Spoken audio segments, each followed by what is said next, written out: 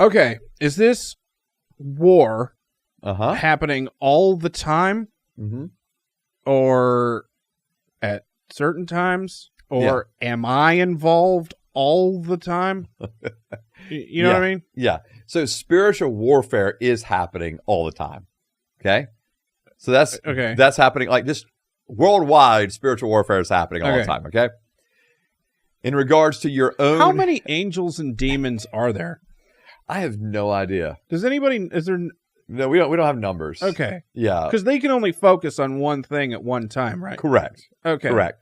And then there's we should outbreed the demons here on Earth. Just have more people. Just have so many more people than demons they can't keep up with anything, and we're fine. And they just lose. Yeah. Yeah. They're just like, what's the point? Like, you know what I mean? Maybe we should just outbreed them. Is that your new spiritual warfare? Yeah. All right.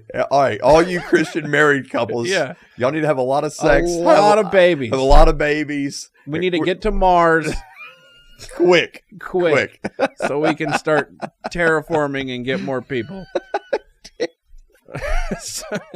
So that we can have more people. We just outbreed the demons. Right. And apparently we're going to be on different planets. Yeah. We're going to really cause the demons to have to. They're not going to be able to keep up. We're dividing them, and then we're going to conquer them. We're going to be. We're going to be pumping them out so fast. They're going to be like, well, what's the even point? Like they just so many different areas of the universe eventually that they just give up. Just to have families flying around in spaceships. Yeah. And you're just like, go get them. What? You go get them then? Yeah. I don't feel like they're faster than light. I don't feel like I don't feel like getting a just forget it. Look like Superman out here. So that's what needs to happen. That's so this is your new spiritual warfare approach. Yes. Man, dude, write a book. Okay. I think this would be awesome. It's great. It's perfect.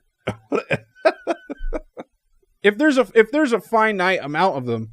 Well, there has to be. Right? Right. It's not infinite. Right. They're not breeding more. Okay. So there's a finite amount. Yeah. And they've been doing it for a long time. Yeah. They're probably tired already. Right. You know? Yeah. They're hungry and sad. Right. And they do have those kind of emotions, by the way. They do? Yeah. I don't know about necessarily hungry, but they do have like the idea. We should just exhaust them and demoralize them by outbreeding them. That's what we need to do. They're just going to wave the white flag and you feel like we give up. Yeah. Like we're done. And then beg God to let them back in. So you're actually moving them toward redemption if possible. Exactly. Out of just pure, not anything other than we quit. Yeah. You just beat them into submission. Right. It's not a bad plan. I've never heard it before in my life. But it's not a bad plan. It's not. I'm telling you, write a book. Okay. About a whole new approach to spiritual warfare. Yeah. People will buy it because sex. Yes, sex, the new spiritual warfare. Like, right. Dude, that's a bestseller. Right. I ain't gonna lie. Like, that's a bestseller. You and I are writing that thing. Okay, let's do it this fall. It'll be available by Christmas. Yeah. Yeah. I mean, yeah. Or Valentine's Day. Hey now. And so, yeah, what up? Oh. Yeah. We'll have all kind of new stuff on our website. Yeah. That'd be great. New when I heard this sexy handcuffs and all that kind of stuff. We're just trying to help the spiritual warfare. Yeah. For Christ. For Christ. Oh, my God. Anyway. I'm telling you, though, a book called Sex, the New Spiritual Warfare. Yeah. Dude. Yeah. That's it. If that book comes out in the next 6 months. How excessive amounts of... I don't think we need colon. We already have one. No, we have more colons. It's a book, remember? I know the final one has to wrap around the book. Yeah, right. I know it's gonna be so long. Yeah. Yeah. Oh Lord. Okay. So what are we talking about? Oh yeah. Am I in this battle all the time? Yes. Okay. All right. Another thing I want to say too, because people may bring this up, that there's not only just demons that we're dealing with. Okay. Okay. And so Nephilims? No, let's don't deal with the Nephilim right now. Let's don't deal with them right now. But all right, so in Ephesians 6, okay, when it talks about the rulers, the authorities, the powers, spiritual forces, some people will look at that as like different, basically like a hierarchy of the enemy. Okay. So like you have Satan as the leader, and then you've got these powers and principalities and spiritual, rulers, authorities, and they create this like hierarchy out. And whether that's true or not, I don't know. I don't know if there's necessarily a hierarchy there. There will be those that will take Ephesians 6 and extrapolate a hierarchy from verse 12.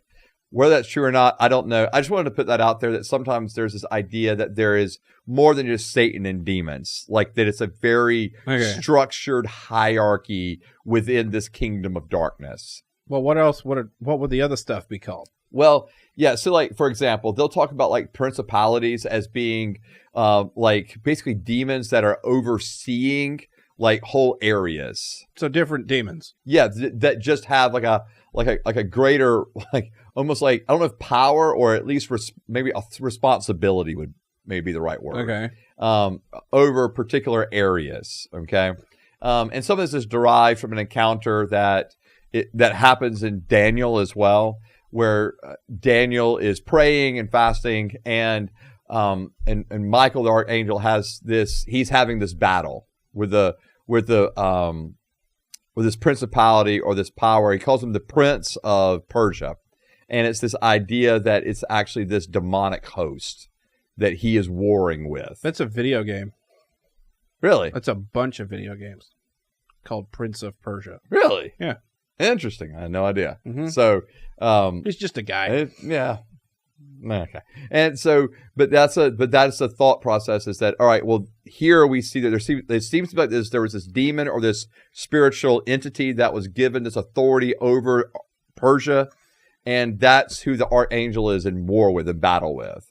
Okay. And so that kind of gives credence to this idea of there being a very structured hierarchy, in Ephesians. And even like individuals like C.S. Lewis, who no one is going to call a charismatic or Pentecostal, right? But C.S. Lewis even believed that there was, and again, I understand Screw Tape Letters he's just writing a story, but even in that story, he creates this idea of a hierarchy, So imagine if Persia overseer guy right had to oversee like our solar system. Right. So you're just saying, let's just we'll outwork them. Yeah. Yeah.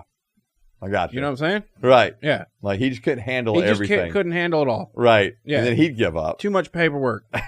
Way too much. Yeah. Yeah. The amount of phone calls he's got to make every day just to try to communicate what we're going to do today. Yeah. Yeah, that'd be terrible. Probably expensive too. Anyway. Okay. Yeah. So back to us. Okay. And our, so are we personally in spiritual, are we in a spiritual battle? I would say yes, we are every day. Okay. And because the reason I say that is because even if it's not like outright, like full force demonic press, like trying to push us into something, okay? But there's this idea that there are actually, we are tempted. We are faced with lies that are, confronting truth. Mm-hmm. And so we are, are we going to engage with righteous or unrighteous acts? Are we going to walk with the peace of the gospel or not? So I think there is this sense that we are involved in this war. Now, is it always coming from the enemy, right? Like constant? I don't know if it's like that. Okay. But I do, like, in that sense, but I do believe the enemy is waiting and looking for an opportunity in every one of us.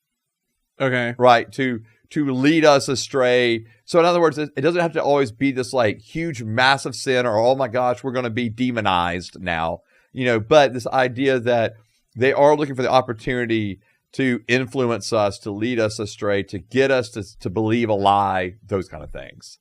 Okay. And so, yeah, I do believe in that sense. And I even had a professor at Emory And he was Catholic. And so, but we were having this conversation, and there was someone that was finally like, I don't even believe in demons. And this professor, and I say at Emory at Candler School of Theology, because this is a very liberal school I'm in, right? Mm-hmm. And so it's not like every professor's walking around talking about demons and all this. I mean, usually not the case. But this professor stopped the class and was like, "Wait a minute, you don't believe in demons?" And this guy was like, "No, I don't believe in demons. That's made up fairy tale, whatever. We don't believe in demons anymore. They're not real." And they were just the explanations of why people got sick. When you see in the Gospels, Jesus casting out demons, and all of a sudden people are made well. And he was like, "No, that was just their explanation then. That's not really the way it is now." And so, so our professor was just like, "All right, we're changing the whole subject of class." And he was like, "If you don't believe in demons, they're going to absolutely eat your lunch for the rest of your ministerial career and the rest of your life."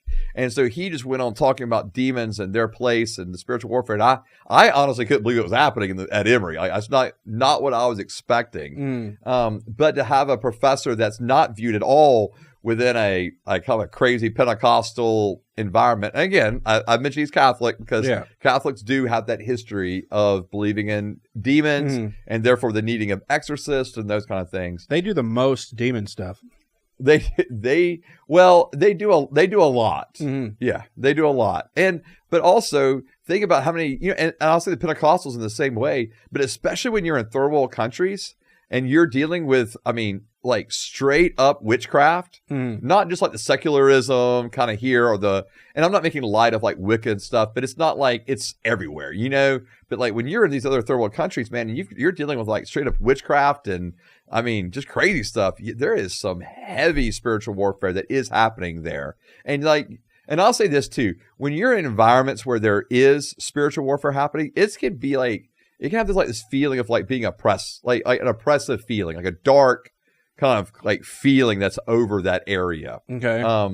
And I think that's real. I think you can discern when we're in places that are just full of demonic influence and where the warfare is so tangible almost because of it. So where the warfare or would that just be the angels gave up on this area and aren't worried about it? No. The Lord's not giving up on any people group. So okay. So he's going to battle for his creation. For all of it all the time? Mm-hmm. Yes. Okay. Yeah, he's not just writing off any area, whether third world countries because of, witchcraft and false religion, or not even third world countries, right? But just other countries because of false religions, those kind of things, or whether it's American and our secularism, right?